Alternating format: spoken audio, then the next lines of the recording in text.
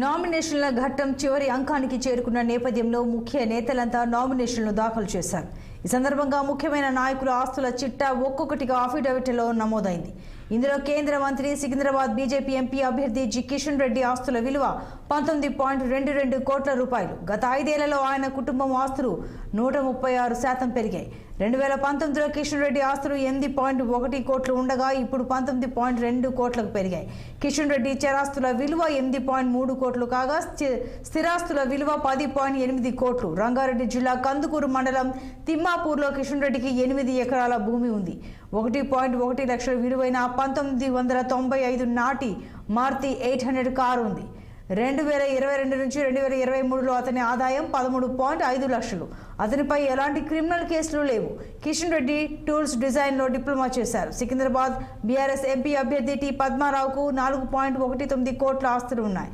వీటిలో చరాస్తుల విలువ 3.62 కోట్లు. వ్యవసాయ భూములు, వాణిజ్య భవనాలు లేవు. 900 చదరపు అడుగుల విస్తీర్ణంలో ఇల్లు ఉంది. అప్పులు 50 లక్షల వరకు ఉన్నాయి. ఆయన దగ్గర 60 తులాలు, ఆయన భార్య దగ్గర 75 తులాల బంగారు ఆభరణాలు ఉన్నాయి. 17 కిలోల వెండి వస్తువులు కూడా ఉన్నాయి. గత ఏడాది అసెంబ్లీ ఎన్నికల్లో ఆయన తన ఆస్తుల విలువ 3.33 కోట్లుగా చెప్పారు. కరీంనగర్ బీజేపీ ఎంపీ అభ్యర్థి బండి సంజయ్ కుటుంబ ఆస్తుల విలువ 1.12 కోట్ల రూపాయలు. ఆయనకు స్థిరాస్తులు లేవు, సొంత ఇల్లు కూడా లేదట. అంతేకాదు బండి సంజయ్పై 1, 2 కూడా మొత్తం 41 క్రిమినల్ కేసులు ఉన్నాయి. ఆయన చరాస్తుల విలువ 1 కోటి రూపాయలు. 3 కార్లు, 2 బైక్లు ఉన్నాయి. ఆయన భార్యకి 43 తులాల బంగారం ఉంది. ఇక అప్పుల విషయానికి వస్తే బండి సంజయ్ కుటుంబానికి 13.4 లక్షలు అప్పు ఉంది. ఆయన పబ్లిక్ అడ్మినిస్ట్రేషన్లో ఎంఏ చేశారు. బీజేపీ నేత నిజామాబాద్ ఎంపీ అభ్యర్థి ధర్మపురి అరవింద్ పై 22 క్రిమినల్ కేసులు ఉన్నాయి. ఆయన కుటుంబ ఆస్తుల విలువ 109 కోట్లు. చరాస్తుల విలువ 59.59 కోట్లు కాగా స్థిరాస్తుల విలువ